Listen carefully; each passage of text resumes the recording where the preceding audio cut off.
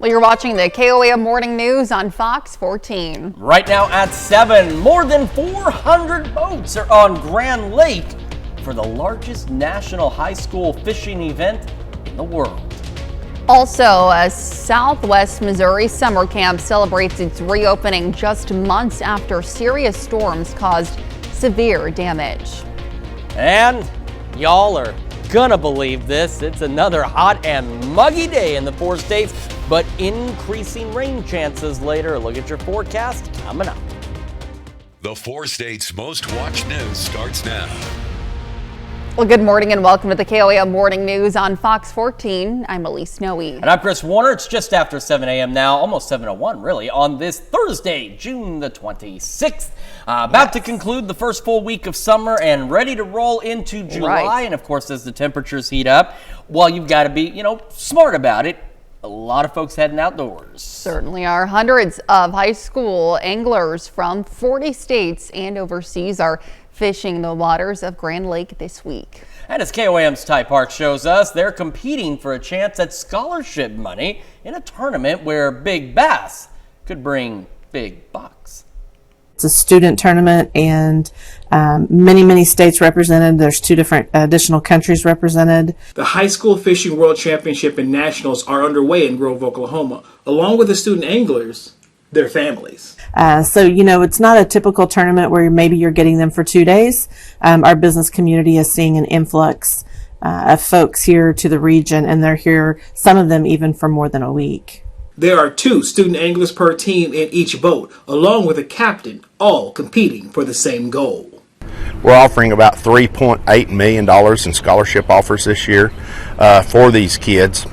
We probably won't fill all of those, but the $1.5 million or so that does sign those scholarships, to me, that merits and warrants everything and the reason why we're here. Each day, the teams fish for about 8 hours trying to catch the biggest bass they can. One team came all the way from Africa for a chance to win. We had 4 layovers. From Zimbabwe to south. That's about 1.5 hours. Then from south, we went to Amsterdam. Yeah, Amsterdam. Amsterdam, that was about a 9-hour flight. Then Amsterdam to Atlanta was about 11 hours. And then from Atlanta to Springfield was about another 1.5. Multiple hours in the air just so they could get on the water. I think my passion for fishing. Yeah, I think my dad just ignited something in me for fishing, and I wanted to just follow it through and make something of it. Yeah. It's just a crazy opportunity to be here and a good experience to fish with this many people. Whether they score the biggest bass or not, they'll have the experience of fishing in Grand Lake. In Grove, Oklahoma, Ty Parks, KOAM News. The High School Fishing World Championship and National Finals run through Friday. How cool. Yeah, it's certainly cool. And of course, if you're out on the lake, now that event, as we mentioned, is wrapping up today. Right. But I know there's, whoa. Are you okay? Yeah, I think so. That event will wrap up today, but we do have a lot of folks going out on the lakes into the weekend, and we do have some storm chances. We're going to talk about that here in just a moment. But first, let's start with that look outside from downtown Pittsburgh. And you can see the skies are clear, and the sun, of course, means it's shining, and it is going to bring a fair amount of heat again for us today. MoDOT camera 20th and range line looking pretty good as well. And as we look at our severe risks, the good news at this point, we still don't have any tornado or hail risk areas highlighted for our storms this evening into early tomorrow morning, but we did see a slight expansion of that isolated wind risk out there, so it's still a 1 out of 5, but nonetheless, some gusty winds, 50-60 miles an hour, be possible some of the storms. We're still looking at possibly, if not likely, more than one round of storms, but just like we showed you yesterday, what ends up happening is they still continue to hit that brick wall at first, and then they'll begin to overspread. So today, partly cloudy skies into the afternoon, breezy. isolated shower or two possible, not likely, but possible. It'll be after 8 or around 8 that we start to see our first round of thunderstorms, and this is going to be the first point at which some of them could be strong to low-grade severe, but as you look by 10, they fizzle out. Now, after midnight, though, those storm chances will begin to increase across the area. 75 in Joplin right now, 76 in Pittsburgh, already on the way up on those temperatures. We've still got, we got 72 in Monette. That's not bad, so it's the cool spot out there, but otherwise low mid 70s, starting to see some upper 70s out west. We're going to go about 80 by 9, upper 80s by noon. Clouds begin building in, right around 90 for our high today. Heat index values, though, still 95 to 100, and south winds gusting to 25. We're going to talk more about our thunderstorm chances because they will continue through Friday and possibly even into Saturday here in just a few more minutes. Elise? All right, Chris, thanks. Well, a late night shooting sends a Joplin man to the hospital. Around 10:30 last night, Joplin first responders were called to 14th and South Grand to reports of a shooting. When they arrived, they found a 28-year-old male with a gunshot wound to his chest. He was transported as a top priority to an area hospital. As of right now, no arrests have been made, but police did have 2 people detained. Detectives did arrive on scene to begin their investigation. Police say there is no further threat to the public and everyone involved knows each other. And we have an update on yesterday's shooting death in McDonald County, Missouri. Authorities have now charged a man in the killing of his own brother. The suspect is 56-year-old Brian Hull. Authorities booked him into the McDonald County Detention Center on charges of voluntary manslaughter and armed criminal action. They've identified Hull as the brother of the victim. The shooting happened around 8:30 yesterday morning on Canning Factory Road, south of Anderson.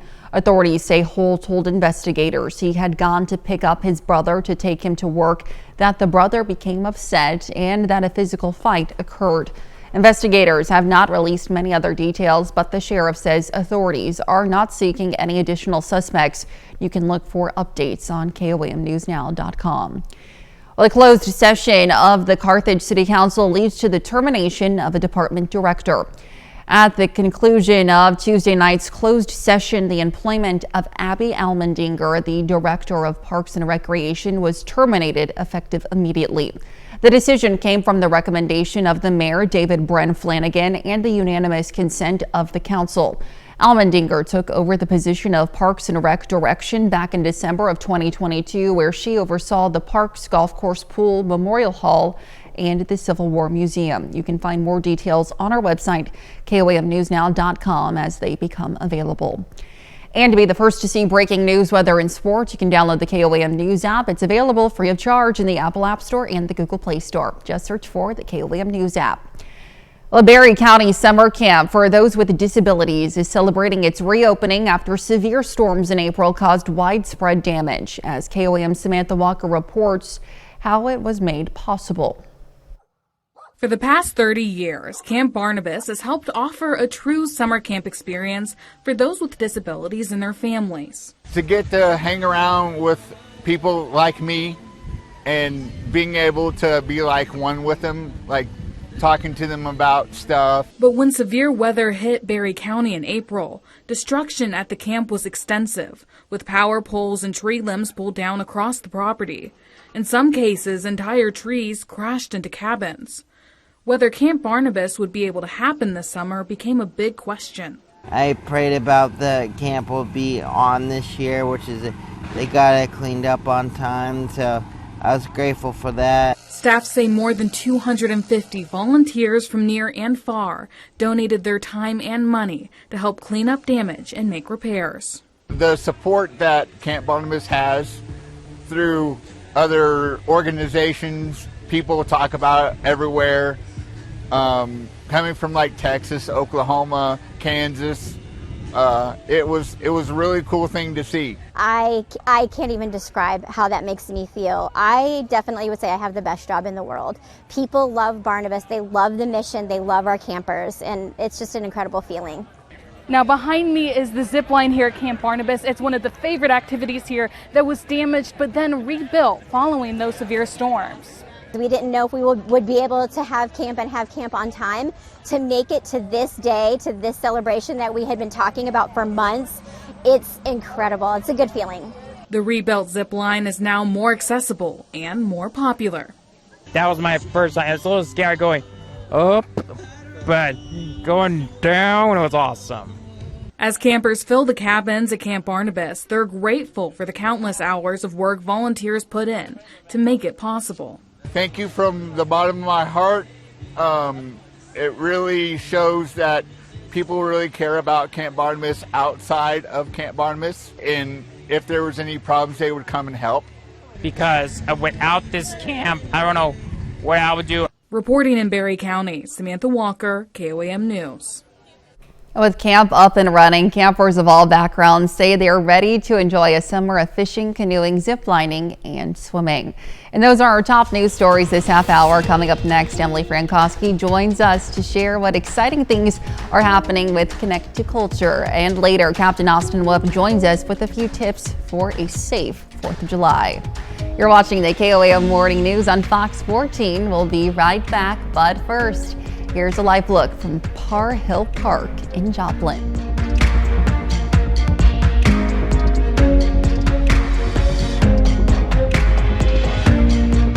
Well, Emily Frankowski joins us this morning from Connect to Culture to share the excitement behind their summer lineup. Welcome to you, Emily. Thanks so much for being with us this morning. Happy to have you as always.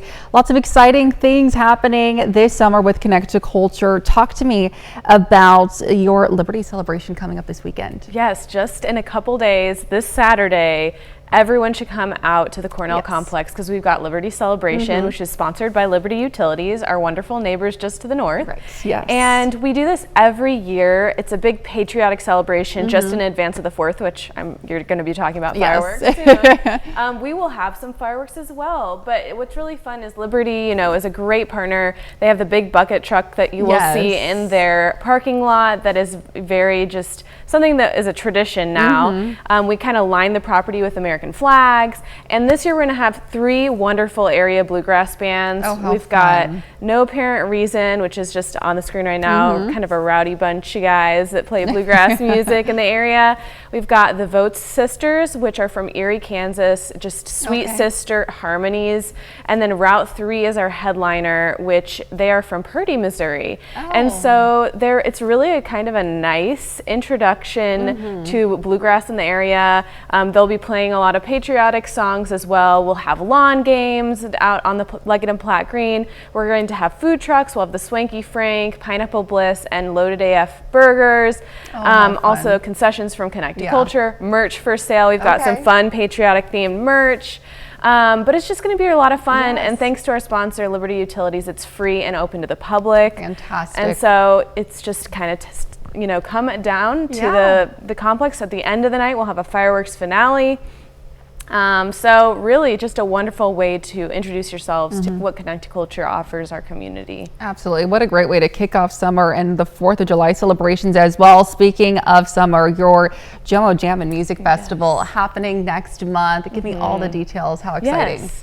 We are so excited for this. It's July 19th, which is a Saturday, and we've been doing this for quite a while now. It's just a way for people to come together and really support and see all of our wonderful, really, really talented local musicians.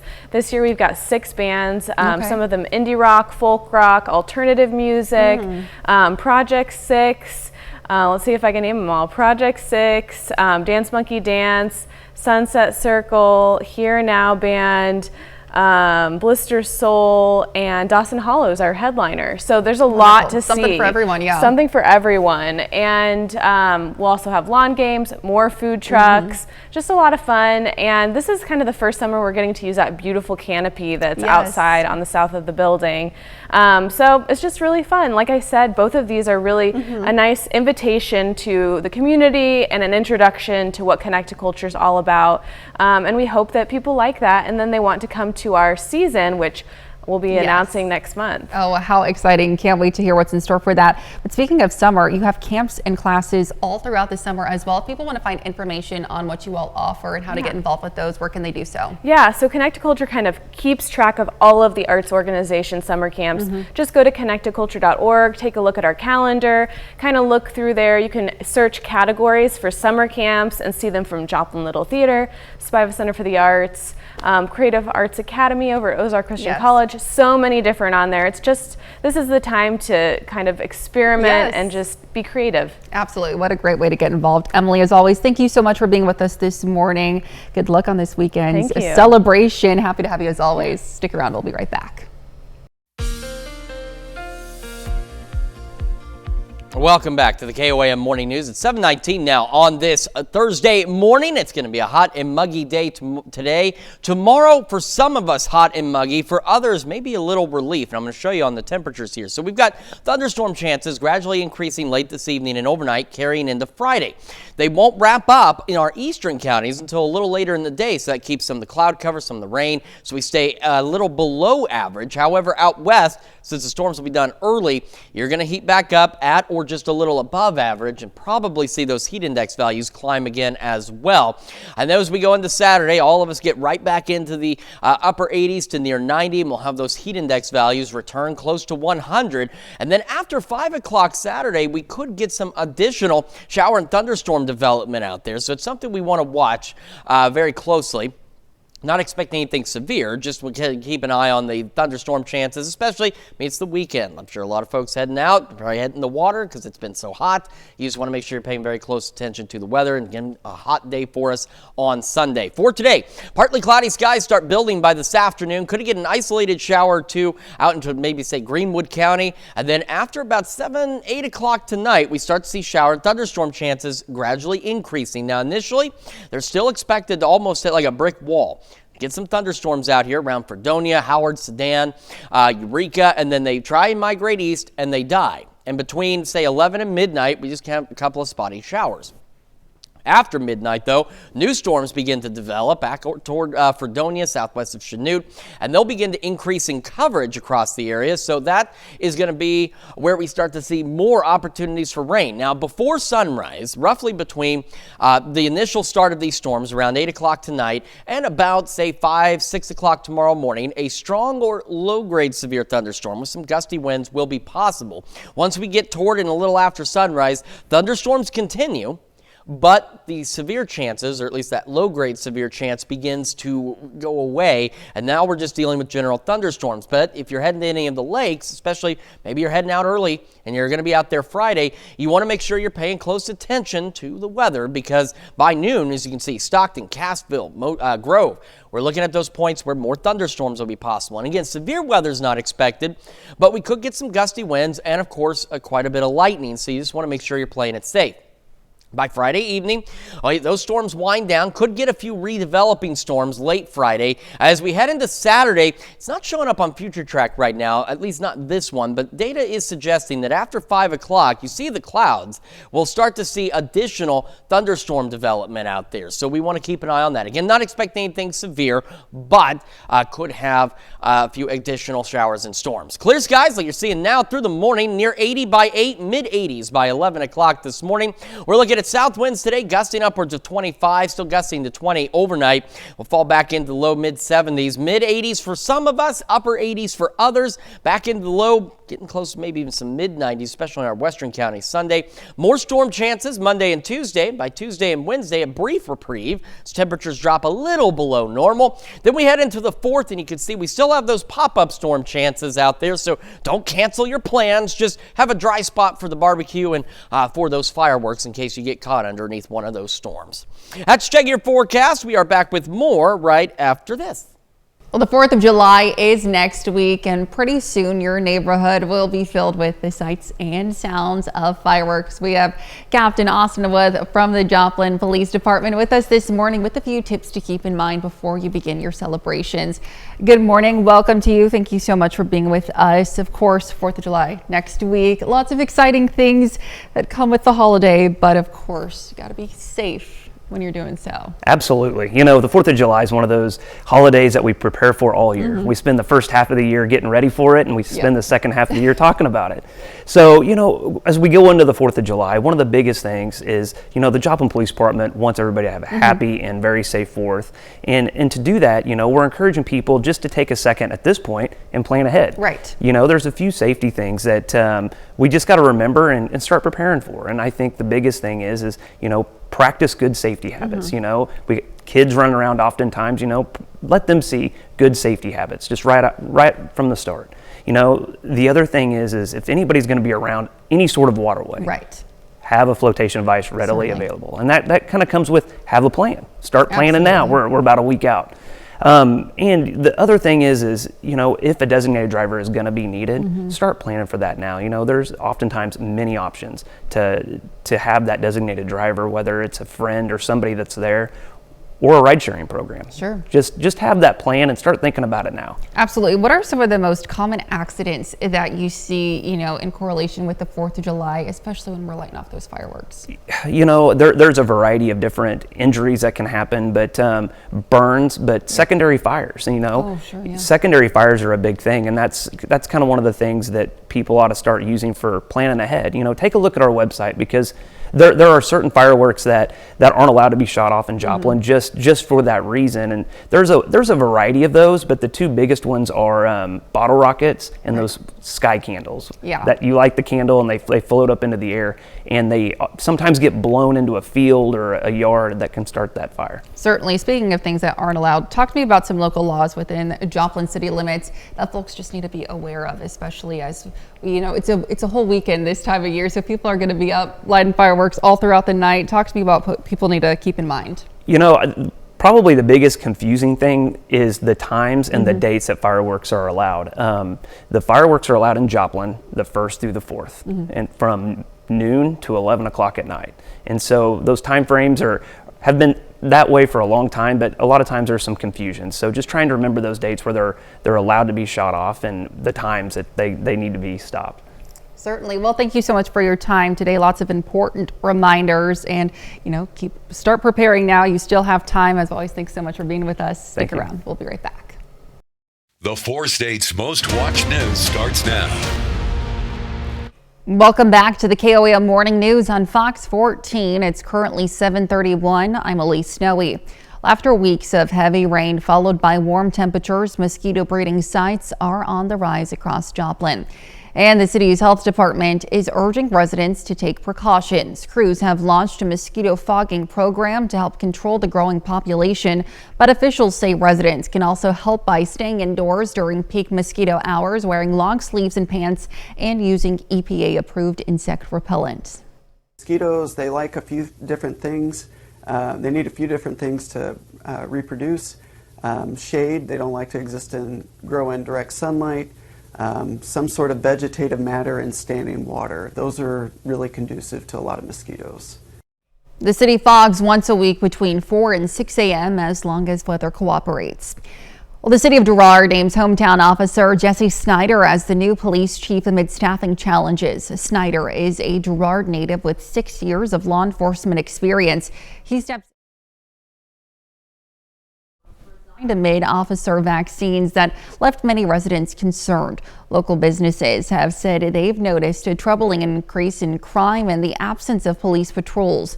Now, to address these challenges, the city of Girard says it's hiring more officers and has implemented new pay scales along with retention pay incentives designed to encourage officers to stay and improve department staffing levels.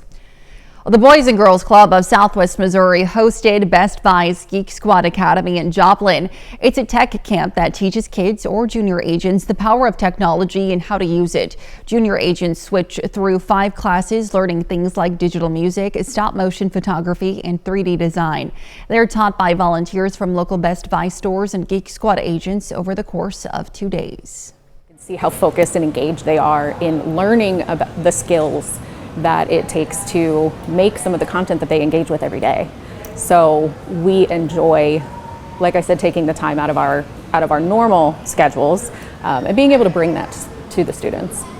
Activities in each class give junior agents hands-on experience. This is the 4th time the Boys and Girls Club has hosted the Geek Squad Academy. Let's head over now to Chris for a quick look at your forecast. Yeah, we've got another hot and muggy day for us out there. We got clear skies, a few clouds here and there off to our east, but otherwise, again, plentiful sunshine. Of course, that's our camera downtown Pittsburgh. MoDOT camera, 20th and Rangeline, looking good as well. Again, I'm sure everybody, or just about everyone, probably has their AC on already because it is toasty. Now, we do still have the chance for some strong to low-grade severe thunderstorms late this evening and into early tomorrow morning.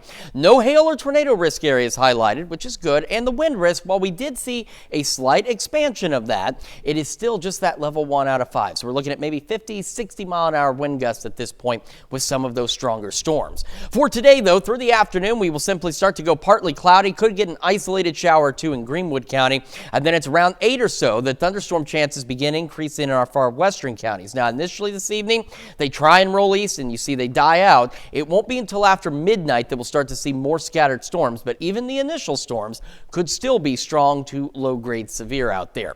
We're at 75 already in Joplin, 75 in Pittsburgh, and across the region, temperatures warming up. We still have some low 70s, but we're seeing a lot more of those mid to upper 70s as we cruise through this Thursday morning. Eventually about 80 by 9, upper 80s by noon, partly cloudy this afternoon, highs around 90, heat index values 95 to 100, and south winds gusting to 25. So we have our thunderstorm chances this evening. They will continue through Friday and possibly even into Saturday. I'll look at all of that here in just a few more minutes. Elise?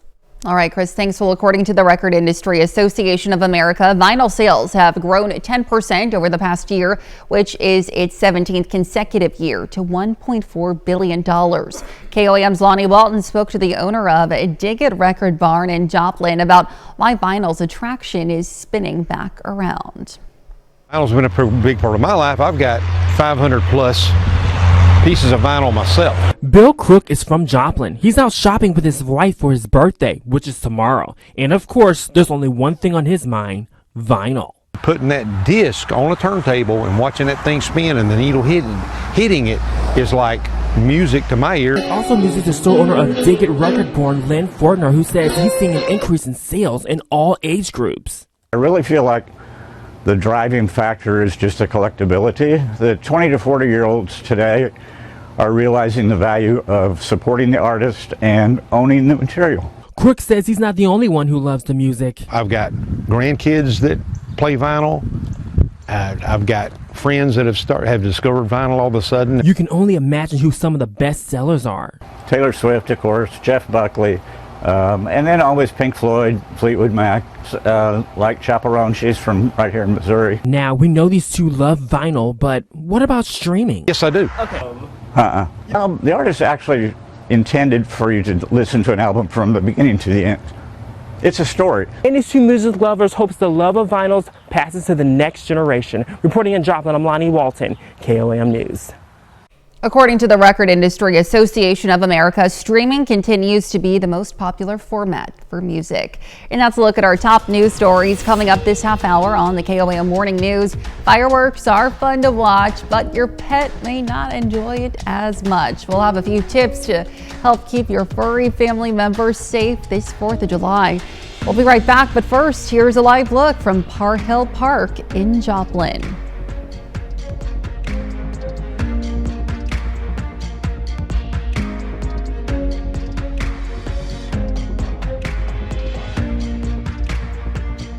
In Consumer Watch, summer definitely snuck up quickly, with extreme heat slamming large parts of the country just days into the official start of the season.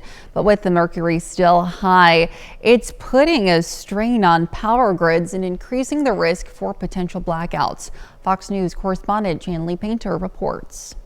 Pockets of the country drained by a stubborn heat wave hope for relief, the early surge in temperatures is causing some engineers to wave red flags. It's actually dangerous to people's health when you lose power. While it's natural for people to crank up their air conditioners during a heat wave, high prolonged use can trigger hazardous outages. The hotter the day in general, the more the electricity demand goes up, and we require more and more electricity be generated on those days. And climate scientists say increased fossil fuel use and production keep driving up global temperatures, making heat waves more frequent and intense. The other thing that happens is where we get our power from has been in the process of evolving from a mostly fossil fuel based system to one that has a lot more wind and solar generation in it. But it gets complicated. According to Mort Webster, energy engineering professor at Pennsylvania State University, many electrical grids get their power from fossil fuels and clean energy options. This is because not enough power is always generated from wind and solar. But some experts are warning of an increased risk of heat-related power outages in the near future. A lot of those traditional fossil fuel-based generators those power plants are going offline and retiring because they can't compete economically. And so there's less of the thing you need to fill in the gap. Experts like Professor Webster are calling for communities to prepare by investing in backup power reserves. I'm Chanley Painter, Fox News. And those are our top consumer stories. Let's take a look at the market prices before the opening bell.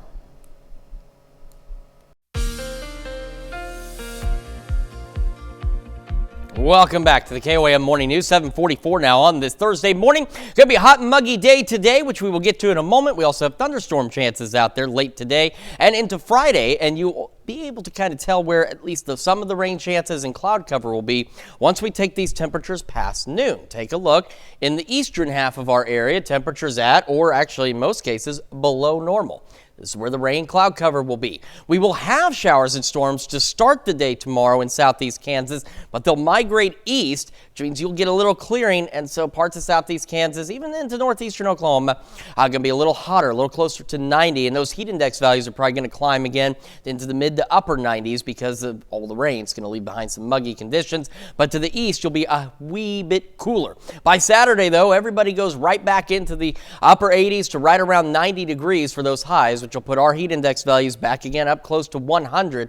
That will continue into our Sunday as well. Now, humidity levels may drop a little by Sunday, but temperatures are expected to climb a bit, going into the low 90s eventually a little later in the day. But heat index values may not be as big of a concern because we have more storm chances by Saturday evening. All right, for today, partly cloudy skies heading into the afternoon. Could get a stray showers too, mainly into Greenwood County. And then about 8 o'clock or so, shower thunderstorm chances begin increasing in our western counties. And even as early as 8 or 9, some of these could be strong to low grade severe, with gusty winds is the primary concern here. Now, this first round of storms tries to push to the east, but it dies. And then eventually, after midnight, say 1, 2 a.m., we get new storm development. Initially, it's isolated to widely scattered by 2 a.m., but then it becomes a little more organized. A few more of these scattered showers, thunderstorms will be going out there by 5 o'clock tomorrow morning. And again, prior to sunrise, a couple of strong storms with some gusty winds will be possible. But as we get closer to and after sunrise, while we may see a few more storms out there by about 7, 8 o'clock tomorrow morning, the severe threat should be considerably lower. And it's a low-grade severe threat at that, but it will be much lower.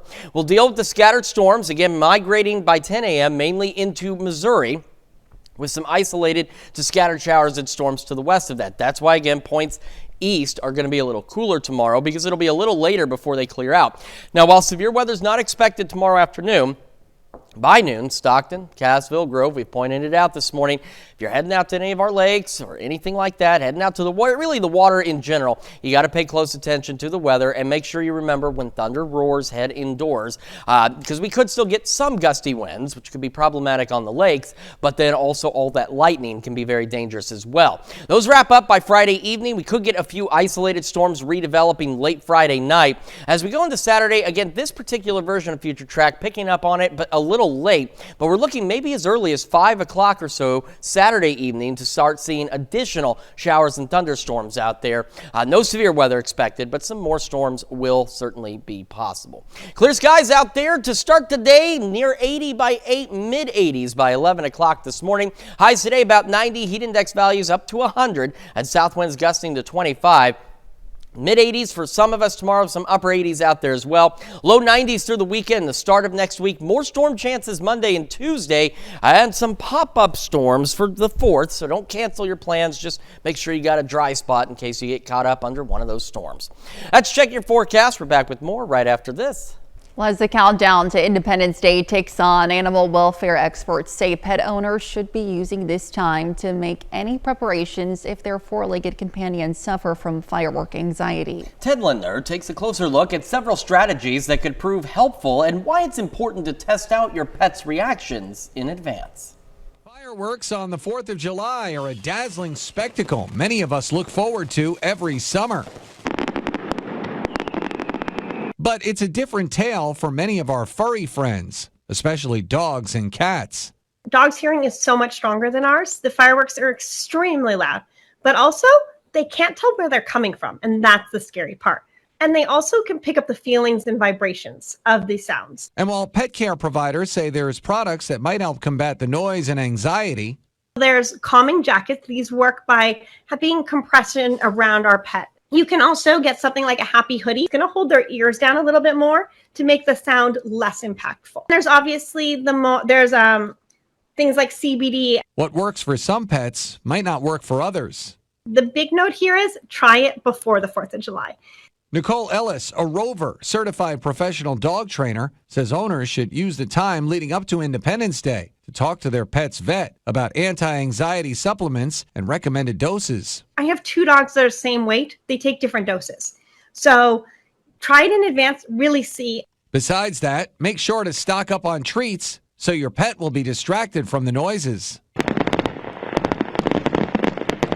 You'll also want to set up a cozy place for them to rest. But in case your pet runs away because they're afraid, Ellis says it's important to make sure they're microchipped. What's important is this is not a GPS tracker, and that's often confused. Consider getting a GPS tracker in advance, and you can track your pet. Ted Lindner, Fox News. Yeah, very important to make sure you take care of your pets, and of course, we remember veterans as well with PTSD. Those, you want to be just courteous to everybody, absolutely, really. And of course, your pets too. And we are going to have some opportunities for Mother Nature's fireworks a little later today and overnight. Going to get some scattered showers and thunderstorms out in parts of southeast Kansas initially. Some of these could be strong, low-grade severe with gusty winds is the primary concern. They die out briefly around midnight. We see reinitiation around 1, 2 o'clock in the morning. They'll become more scattered through the day on Friday, but our severe threat, which again, it's a low-grade severe threat, will drop off dramatically as we head through the morning hours on our Friday. But scattered shower storms, if you're heading to any of the lakes, rivers, whatever the case may be, especially if maybe you got tomorrow off and you're going to head out early, you need to make sure you're paying attention. While we're not anticipating severe weather by Friday afternoon, could still get some gusty winds, and of course that lightning can be dangerous. Shower storms kind of wind down briefly Friday afternoon and evening, and then we could see a few additional isolated to widely scattered storms by late Friday. Clear skies out there now. Clear skies through the morning, near 80 by 8, mid-80s by 11 o'clock this morning on a very hot and muggy day. Temperatures stay about 90. Heat index values close to 100 again. We're going to take another look at your forecast and the news you need to know right after this. Here's a check of today's top headlines, the news you need to know before you head out the door. Around 10:30 last night, Joplin first responders were called to 14th and South Grand to reports of a shooting. When they arrived, they found a 28-year-old male with a gunshot wound to his chest. He was transported as top priority to an area hospital.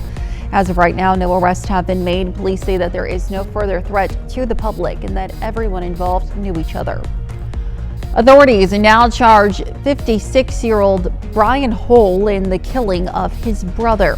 The shooting happened around 8:30 yesterday morning on Canning Factory Road south of Anderson. Authorities say Hole told investigators he had gone to pick up his brother to take him to work, that the brother became upset and that a physical fight occurred.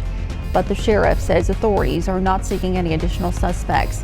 That's a check of today's top headlines, the news you need to know before you head out the door. As you head out the door, be ready for another hot day. Highs about 90, but heat index values close to 100. Partly cloudy and south winds gusting to 25. Around 8 or so, some scattered storms mainly into our far western counties, and then more scattered storms overnight. A couple of those could be strong, low-grade severe with some gusty winds out there.